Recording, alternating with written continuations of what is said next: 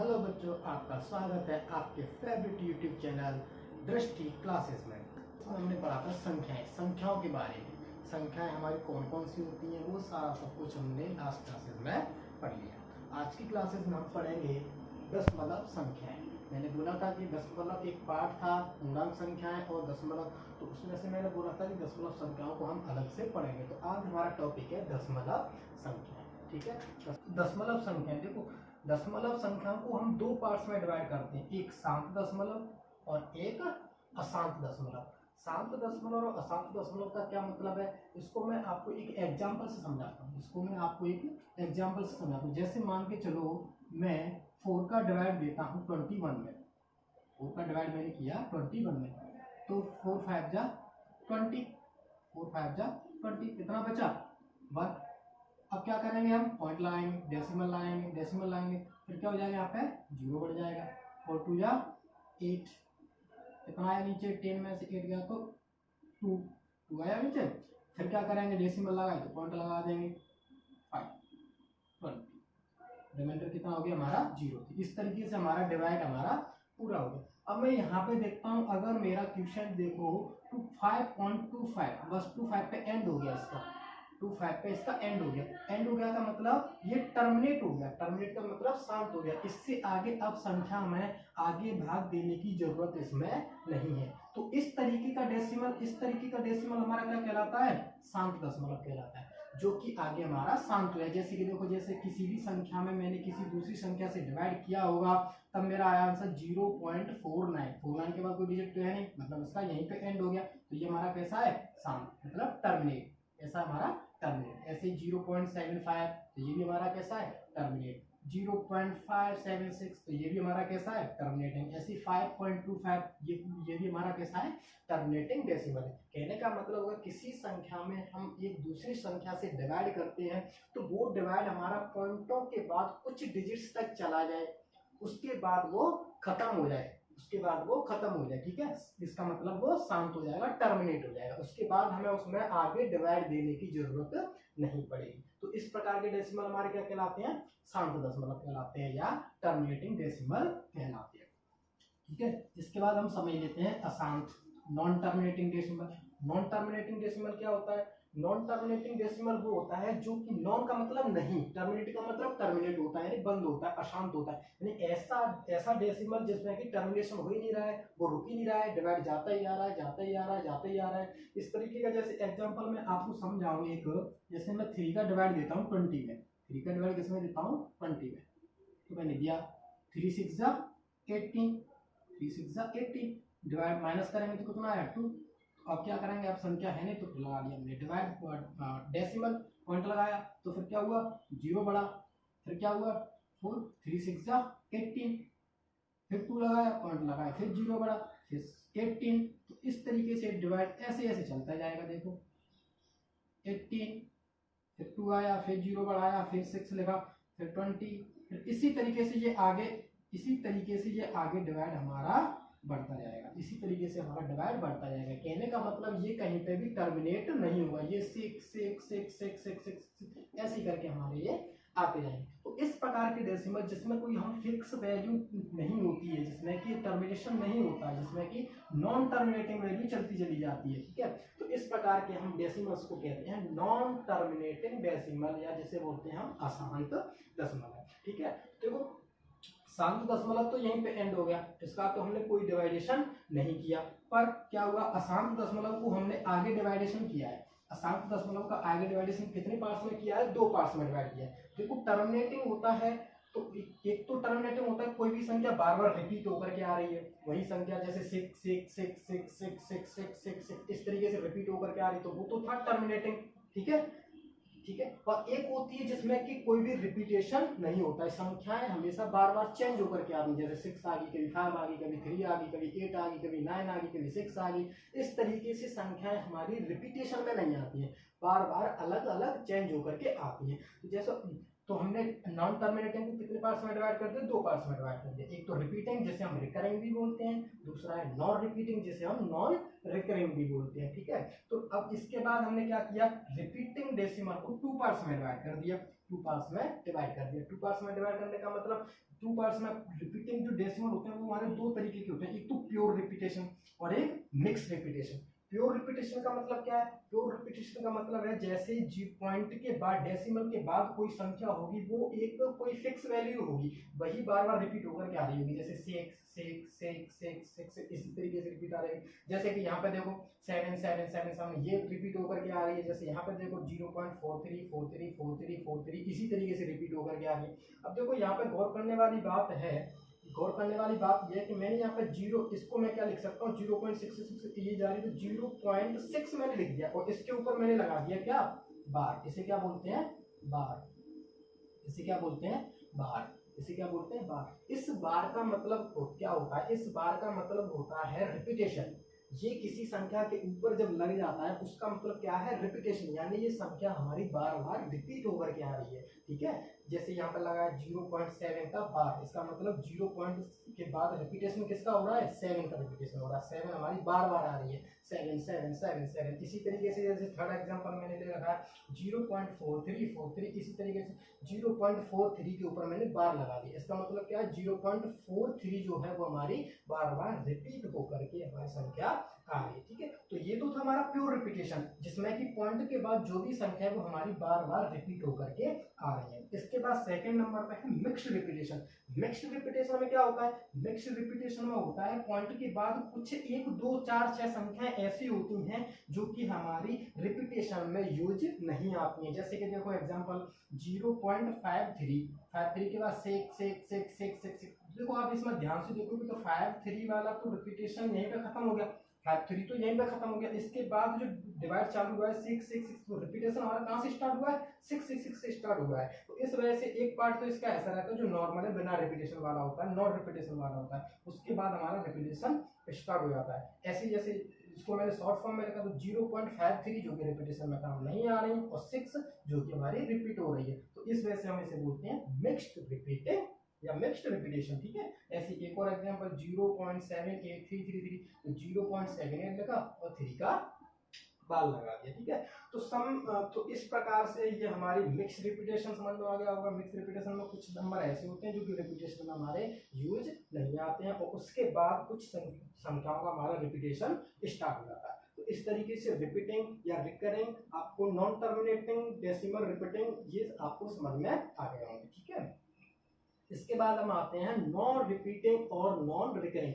इसका मतलब क्या है? इसका मतलब देखो जैसे मैं एग्जांपल से समझाऊं 0.73254, इस तरीके से 7 8 9 6 कुछ भी आता जा रहा है, कोई भी डिजिट हमारी इसमें आती आ रही है जिसमें कि कोई भी रिपीटेशन हमारा अलाउ नहीं हो रहा है। तो इस प्रकार के डेसिमल के, इस प्रकार के एग्जांपल ऑफ डेसिमल क्या कहलाते हैं? हमारे नॉन रिपीटिंग या नॉन रिकरिंग डेसिमल कहलाते हैं। ठीक है, देखो इसमें भी किसी भी प्रकार का हमारा रिपीटेशन नहीं हो रहा है, जैसे कि एक थर्ड एग्जांपल 9875, इसमें भी किसी भी प्रकार का हमारा रिपीटेशन, किसी भी डिजिट का या किसी भी पेयर ऑफ डिजिट का हमारा रिपीटेशन नहीं हो रहा है। ठीक है, तो ये सारे इस एग्जांपल थे नॉन रिपीटिंग के। देखो कल और देखो नॉन टर्मिनेटिंग, नॉन टर्मिनेटिंग और non repeating, non terminating and non repeating, non repeating. तो इस प्रकार की जो भी हमारे नंबर होते हैं, कौन से? नॉन टर्मिनेटिंग, नॉन टर्मिनेटिंग का पार्ट कौन सा है? Non repeating. तो नॉन टर्मिनेटिंग और नॉन रिपीटिंग जो डेसिमल नंबर होते हैं वो हमारे होते हैं इरेशनल नंबर। कौन से होते हैं? Irrational number. इनकी अगर डेफिनेशन में इरेशनल की कल डेफिनेशन पढ़ी थी, जिन्हें कि हमें P/Q की फॉर्म में नहीं लिखा जा सकता। तो एक डेसिमल यहाँ से ये भी होती है कि जो नॉन टर्मिनेटिंग और नॉन रिपीटिंग डेसिमल होते हैं वो भी हमारे क्या होते हैं? इरेशनल नंबर होते हैं। ठीक है, इरेशनल नंबर होते हैं। अब मैं बात करता हूँ पाई की। मैंने बोला था पाई को हम परमेय अपरमेय संख्याओं में रखते हैं, जबकि पाई की वैल्यू को हम 22/7 जो होती है उसे हम परमेय संख्याओं में, रेशनल नंबर में रखते हैं।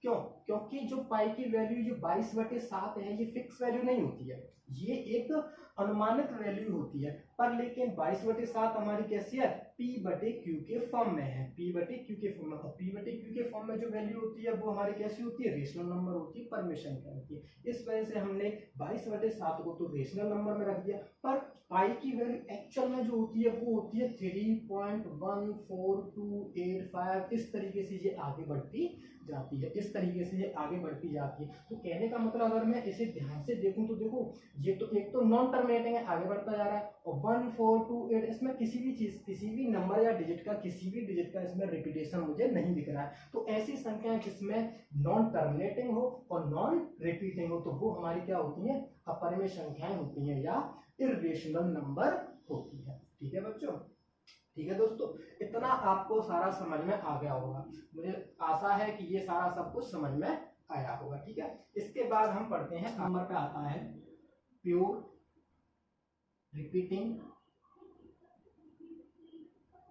रिपीटिंग डेसिमल चेंज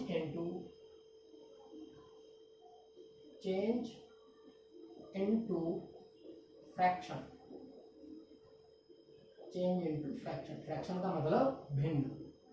कहने का मतलब जो प्योर रिपीटेशन वाले हमारे डेसिमल नंबर हैं उनको हम फ्रैक्शन में, भिन्न में कैसे चेंज कर सकते हैं। जैसे कि मैं एक एग्जांपल लेता हूं, 0.6 और 6 इसको और कैसे लिख सकता हूं, 0.6 का बार। ठीक है, 0.6 का बार का मतलब ये जो जिसके ऊपर बार लगा है वो संख्या हमारी बार बार रिपीट हो रही है, जो संख्या जिस पे बार लगा है वो संख्या हमारी बार बार रिपीट हो रही है। ठीक है, चलिए तो इसको कैसे सॉल्व करते हैं। इसको हमें देखो, एक तो प्योर रिपीटिंग है, 6 का ही रिपीटेशन हो रहा है, तो प्योर रिपीटिंग को हमें किसमें चेंज करना है फ्रैक्शन में। तो फ्रैक्शन में चेंज करने का क्या तरीका रहेगा, लेट क्या करते हैं, हम मान लेते हैं कि ये x बराबर 0.6666, ये हमारा क्या है, x के बराबर है। एक संख्या x के बराबर हम इसे लेट कर लेते हैं, एज्यूम कर लेते हैं, मान लेते हैं। ठीक है, या फिर इसे और कैसे लिख सकते हैं, x = 0.6 के बार, 0.6 का बार, इस तरीके से भी हम इसे लिख सकते हैं। ठीक है, इस तरीके से हम इसे लिख सकते हैं। अब हमें क्या करना है, इस वाली इक्वेशन में मैं दोनों तरफ 10 का मल्टीप्लाई कर देता हूँ। क्या करता हूँ, 10 का मल्टीप्लाई कर देता हूँ। इधर 10 का मल्टीप्लाई करूंगा तो 10x, ठीक है, इधर मैंने 10 का मल्टीप्लाई किया तो 10x, और इधर मैं 10 का मल्टीप्लाई करूंगा तो क्या हो जाएगा, इधर मैं 10 का मल्टीप्लाई करूंगा तो 0.666 इस तरीके से हो जाएगा, होगा कि नहीं होगा। तो ये तो हो गया 10x, और ये कितना हो जाएगा, 10 का मल्टीप्लाई इसमें करूंगा तो 6.6666 इस तरीके से हो जाएगा, होगा कि नहीं होगा।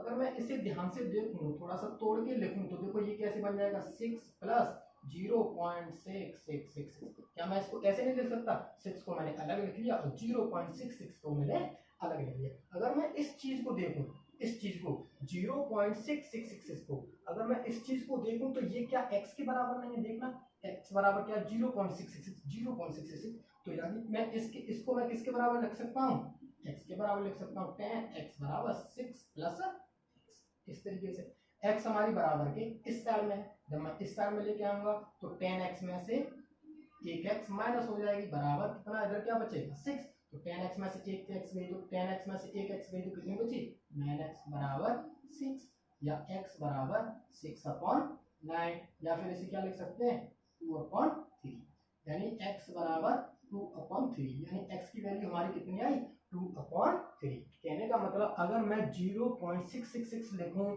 तो ये 0.6666 ये हमारी किसके बराबर है, 2/3 के बराबर है। इसकी फ्रैक्शन फॉर्म क्या हुई, 2/3 हुई। देखो आपको एग्जाम में ऐसे नहीं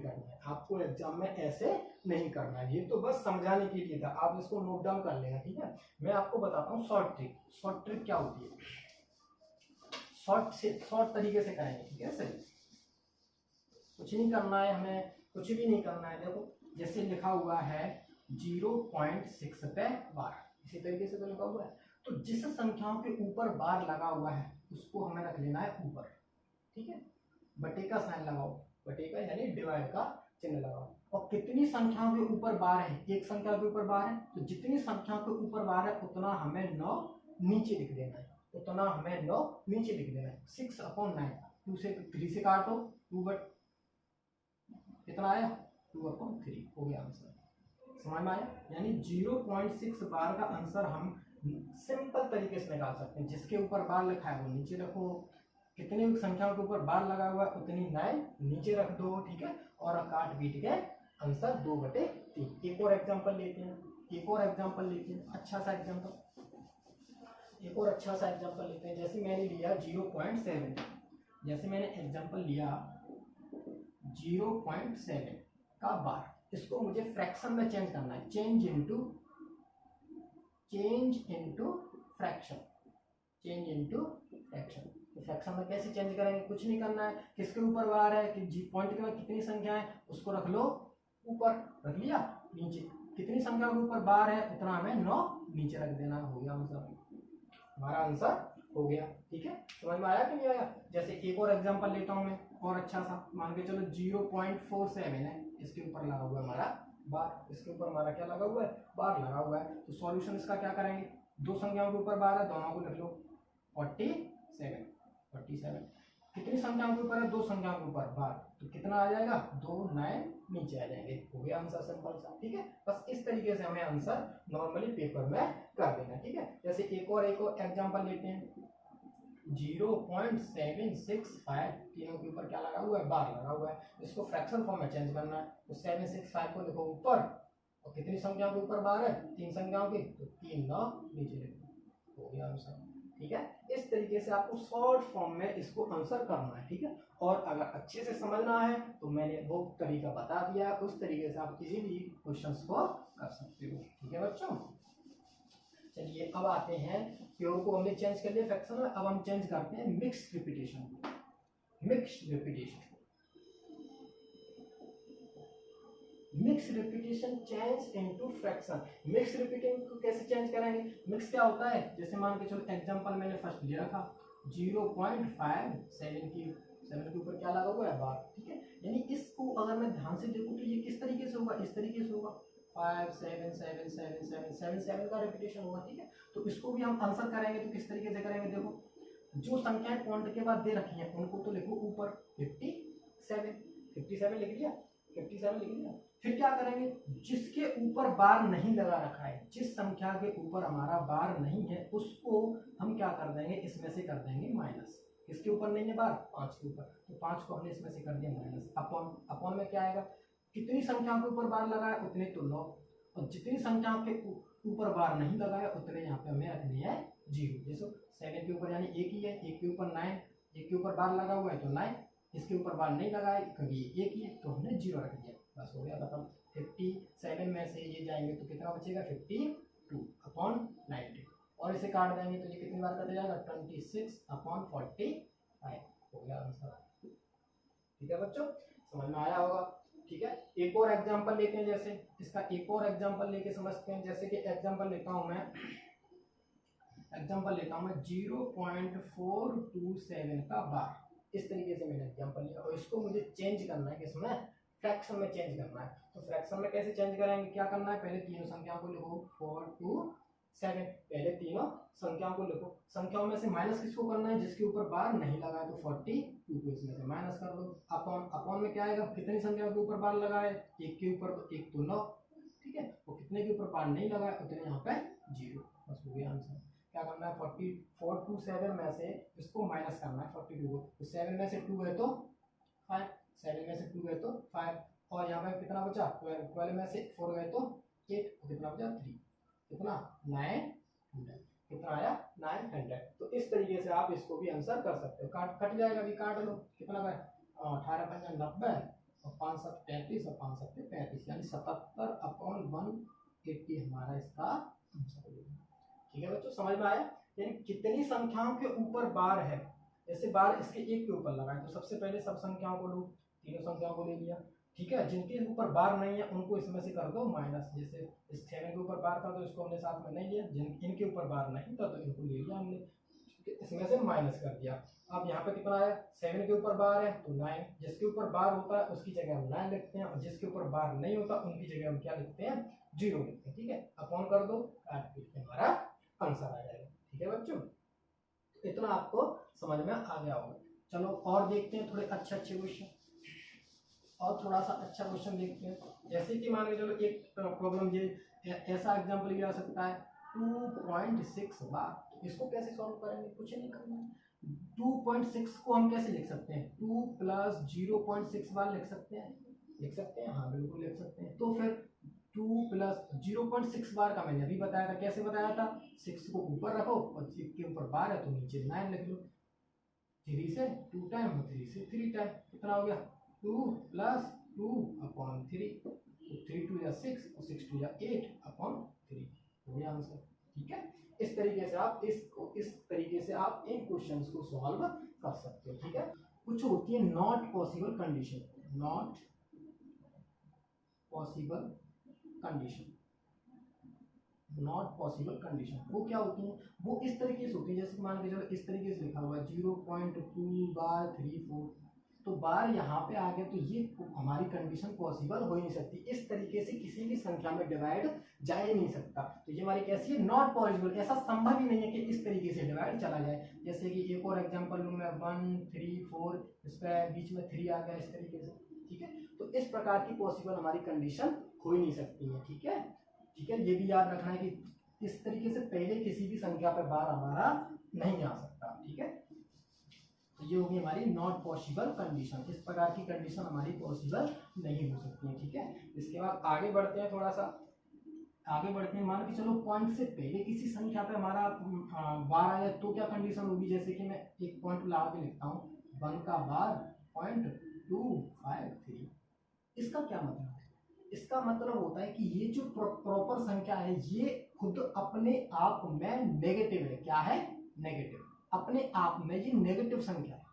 अगर मैं इसको ओपन करके लिखूंगा तो वो इस तरीके से लिखी जाएगी -1 + 0.253, यानी ये जो संख्या है वो हमारी कैसी है, माइनस की है। प्रॉपर जिसके ऊपर बार लगा हुआ है वह संख्या हमारी माइनस की है, ये इसके बराबर नहीं। जैसे कि -253, ये संख्या आपस में दोनों हमारी बराबर नहीं है, ये संख्या हमारी आपस में दोनों बराबर नहीं है। देखो यहाँ पे -1 है प्लस 0.53, यानी कि इसमें माइनस के 1 और इनमें क्या करना है, हमें डिफरेंस करना है। यहाँ पे ये हमारी पूरी संख्या कैसी है, माइनस की। तो ये अंतर आपको समझ में आया होगा, ये अंतर आपको समझ में आया होगा। ठीक है, यानी अगर पॉइंट के पहले किसी संख्या पे बार लगा हुआ है तो उस बार का मतलब होता है कि वो प्रॉपर संख्या, वो पर्टिकुलर संख्या हमारी कैसी है, माइनस की। ठीक है, बाकी सब पे उस माइनस का कोई भी इफेक्ट नहीं पड़ेगा। 0.xy का bar = 5/11। Then find the value of find the value of 2xy। यानी कहने का मतलब अगर हमें 0.xy दे रखा है जिसके ऊपर बार लगा हुआ है, इसका मान हमें 5/11 दे रखा है, तो 2xy का मान क्या होगा, 2xy का मान क्या होगा। तो देखो इसे अभी जो हमने बेसिक फंडा सीखा है, बेसिक ट्रिक सीखी है, उससे हम इस क्वेश्चन को सॉल्व करते हैं। जैसे मान के चलो 0.xy के ऊपर बार हमें दे रखा है पूरे के ऊपर, इसकी वैल्यू कितनी है, 5/11। तो इसे कैसे सॉल्व करेंगे, एक्स वाई यानी ये दो क्या है, हमारे डिजिट है, ये दोनों हमारी क्या है, एक्स और वाई हमारी क्या है, डिजिट है। दो संख्याओं के ऊपर बार लगा हुआ है, तो हम कैसे सॉल्व करते हैं, दोनों संख्याओं को लिखो, दोनों संख्याओं को लिखो। दोनों संख्याओं को लिखने के बाद जितने के ऊपर बार होता है उतनी हमें 9 यहाँ पे लगा देने हैं, और यहाँ पे बिना बार की संख्या तो कोई है नहीं, तो हमें 0 लगाने की आवश्यकता जरूरत नहीं है। फिर ये किसके बराबर है, 5/11 के बराबर है, 5/11 के बराबर है। 11 से हम इसे काटेंगे तो कितनी बार कट जाएगा, 9 बार। ठीक है, और एक्स वाई और इस 9 का मल्टीप्लाई होगा 5 से, तो 9 पन्ना 45, 9 5 45। तो एक्स वाई ये भी हमारी एक संख्या है और 45 ये हमारी भी एक संख्या है। तो एक्स का मान कितना हो जाएगा 4 और वाई का मान कितना हो जाएगा 5। तो यहाँ से x = आया 4, y = आया 5। क्यों, क्योंकि ये भी एक संख्या है, यहाँ पे x और y दोनों क्या है, डिजिट है। इस तरीके से ये भी एक संख्या है, यहाँ पे 4 और 5 हमारी क्या है, डिजिट है। इस वजह से मैंने सीधा x का मान 4 कर दिया और y का मान सीधा 5 कर दिया। मुझे निकालना क्या है, 2 × x × y, मुझे ये इसका आंसर निकालना है। तो 2 × 4 × 5 कितना हो जाएगा, 4 × 5 = 20, 20 × 2 = 40। इस क्वेश्चन का आंसर हमारा 40 हो जाती है। मान के चलो 0.xyz की बार का अब दे रखा है, किसके बराबर दे रखा है 112/333। Then find the value, then find the value of find the value of then find the value of x plus y plus z, x plus y plus z, यानी हमें इस तरीके क्वेश्चन दे रखा है, इसमें हमें x plus y plus z का मान निकालना है। तो चलो निकालते हैं। इसको हम कैसे सॉल्व करते हैं, तीनों संख्याओं को देखो x y z, ये क्या है हमारे तीनों डिजिट है अलग है, और नीचे 9 कितने आएंगे, तीनों के ऊपर बार है तो 3 9 नीचे आ जाएंगे, 3 9 आ गया, बराबर किसके है 112/333। से मैं इसको काटूंगा तो ये कितनी बार कट जाएगा, 3 टाइम कट जाएगा, और x y z is equal to 3 का मल्टीप्लाई हो जाएगा इससे, 3 2 या 6, 3 1 जा 3, 3 1 जा 3। यहाँ पर ये भी एक, ये सारे डिजिट है, x भी डिजिट है, y भी डिजिट है, z भी डिजिट है, 3 डिजिट है, 3 भी डिजिट है और 6 भी डिजिट है, ये सारी क्या है अंक है। तो x का मान कितना हो जाएगा 3, x का मान कितना हो जाएगा 3, और y का मान कितना हो जाएगा, y का मान भी कितना हो जाएगा 3, और z का मान कितना हो जाएगा 6, z का मान कितना हो जाएगा 6। अगर मैं इन तीनों को ऐड कर दूं तब तो x plus y plus z मुझको निकालना है, तो 3 प्लस 3 प्लस 6 यानी कितना आया आंसर हमारा 12, यानी इस क्वेश्चन का आंसर हमारा कितना आएगा 12 आएगा। मान के चलो एक क्वेश्चन दे रखा है 0.xyz बार बराबर 12/37, इस तरीके से क्वेश्चन दे रखा है। तो इसको कैसे सॉल्व करेंगे, इसको कैसे सॉल्व करेंगे, सॉल्व करने का तरीका क्या रहेगा, x y z upon 9 9 9 is equal to 12/37। तो ये क्या है बराबर में दे रखे हैं, क्रॉस मल्टीप्लाई कर दो, क्रॉस मल्टीप्लाई करेंगे तो x y z ये एक संख्या बनी हमारी, ठीक है, तो यहाँ पर मल्टीप्लाई हो जाएगा 37 बराबर 12 मल्टीप्लाई 9 9 9। x y z की वैल्यू हमें निकालनी है, x y z की वैल्यू हमें निकालनी है, तो क्या करना पड़ेगा 12 मल्टीप्लाई 9 9 9 अपॉन 37 को अगर मैं इससे कट करूंगा तो ये देखो कितनी बार कटेगा 37 अपॉन 9 9 9, 37 टू या कितना होता है 37 टू या 7 14 74, 9 में से 4 गया तो 5, 9 में से 7 गया तो 2, कितना आया 9, 37 7 जा कितना होता है 7 7 या 9 49 25, 7 3 या 21 21 और 4 कैरी कितना आया 25, ये हो गया, यानी 37 से 9 कितनी बार कट जाएगा 27 टाइम कट जाएगा, ठीक है। तो इसकी वैल्यू कितनी आई एक्स वाई जेड की 12 7 84, 8 कैरी 12 दूनी 24, 24 और 8 32, 24 और 8 32, ठीक है। तो x की वैल्यू कितनी हुई 3, x बराबर कितना हुआ 3, y बराबर कितना हुआ 2 और z बराबर कितना हुआ 4, ठीक है। इस तरीके से हमें आंसर क्या निकालना था x plus Y plus Z, x plus Y plus Z की वैल्यू हमें फाइंड आउट करनी थी, तो तीनों को जोड़ दो 3 प्लस 2 प्लस 4, 3 2 5 और 4 9 हमारे क्वेश्चन का आंसर। क्वेश्चन आपका दे रखा है 0.37 का बार प्लस 8.56 का बार प्लस 1.23 का बार, इस तरीके से आपको क्वेश्चन दे रखा है। तो इसका हमें क्या निकालना है, एडिशन करना है, ऐड करना है, ठीक है। तो एडिशन क्या करेंगे, जैसे हमें बार का मतलब पता है, जिसके ऊपर बार होता है उसका होता है रिपीटेशन, तो कर दो रिपीटेशन मिनिमम 3 टाइम। हमें इसको इस तरीके से देखो 3 7 3 7 और 3 7, इस तरीके से हमें मिनिमम 3 टाइम इसको लिख लेना, 3 से एक्स्ट्रा भी आप कर सकते हो। जैसे कि सेकंड वाली क्वेश्चन, सेकंड वाली क्या है 8 प्लस 5 6 और 5 6, इस तरीके से लिख सकते हैं। ये क्या है 1.23 और 23, इनको हमें क्या करना है ऐड करना है, प्लस करना है, ठीक है। जिन संख्याओं के ऊपर बार लगा हुआ तो उनको बार बार रिपीट करके हमने लिख दिया, ऐसे ये आगे भी जाएगा, ऐसे 8.56 ऐसे आगे जाएगा, 1.23 ऐसे ही ये आगे चला जाएगा। तो हम क्या कर लेते हैं यहीं तक इसको ऐड कर लेते हैं। तो देखो करते हैं 7 अच्छा 13 13 और 3 16 16 एक हासिल 5 2 7 7 और 5 2 7 और 1 8 8 और 3 11 11 की 1 हासिल, एक हमारी आई कैरी, 7 और 1 8 8 और 6 14 14 और 3 17 14 3 17, ठीक है, एक हासिल आई, 3 1 4 4 और 5 9 9 2 11। 9 तो 11, एक हाथ से लाई 7 और 1 8, 6 14, 14 3 17, ठीक है। इस तरीके से एक आंसर है, 3 1 4, 4 और 5 9, 9 2 11, ठीक है। 8 1 9 1 10। तो इस तरीके से आप अगर ध्यान से देखोगे तो देखो 1 7 1 7 1 7, लास्ट वाली डिजिट को हमें इसमें इंक्लूड नहीं करना है। लास्ट में जो भी लास्ट में डिजिट आए उसको हमें इंक्लूड नहीं करना है। तो इसमें से अगर मैं ध्यान से देखूं देखो तो रिपीटेशन किसका हो रहा है, 1 7 1 7, इस तरीके से यहाँ पर भी 1 7 आता तो आंसर क्या हुआ 10.17 इस तरीके से संख्या हमारी आगे बढ़ती जाएगी। तो 10 पॉइंट, इसको कैसे लिख सकते हैं, रिपीटेशन किसका हो रहा है 1 का और 7 का, तो 1 7 के ऊपर बार, इस तरीके से ये हमारे क्वेश्चन का आंसर हो जाएगा। 3.7 की बार माइनस 3.7 की बार माइनस 2.9 का बार, इस तरीके से आपका नेक्स्ट क्वेश्चन लिखा हुआ है। इसमें क्या करना है हमें 3.7 बार में से 2.9 बार को हमें माइनस करना है। तो क्या करें 3.777 मिनिमम 3 टाइम लिखना है, 3 के बाद 4 5 आप कितना भी लिख सकते हो, कम से कम 3 तो होना चाहिए। 2.9 को कैसे लिखेंगे 9 9 9 9, इस तरीके से लिख लो और क्या करना है सब्ट्रैक्ट करना है, माइनस करना है, सीधा माइनस कर दो।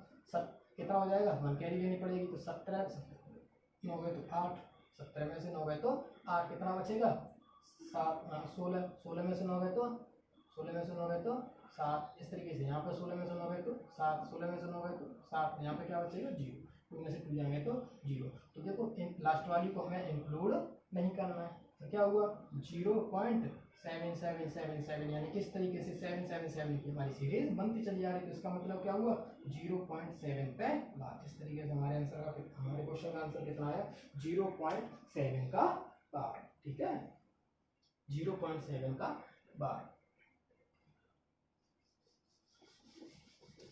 0.7 का बार। तो ठीक है, सब आशा करता हूँ कि क्वेश्चन समझ में आए होंगे। अगर फिर भी समझ में नहीं आया हो, कोई दिक्कत आई हो तो आप मुझे कमेंट करके बता सकते हैं। और आज के लिए क्लास काफ़ी है, नेक्स्ट टॉपिक हम अगली क्लास में पढ़ेंगे, ठीक है। तब तक के लिए बाय बाय, टेक केयर, ध्यान रखिए और चैनल को सब्सक्राइब करना, लाइक करना, शेयर करना मत भूलें।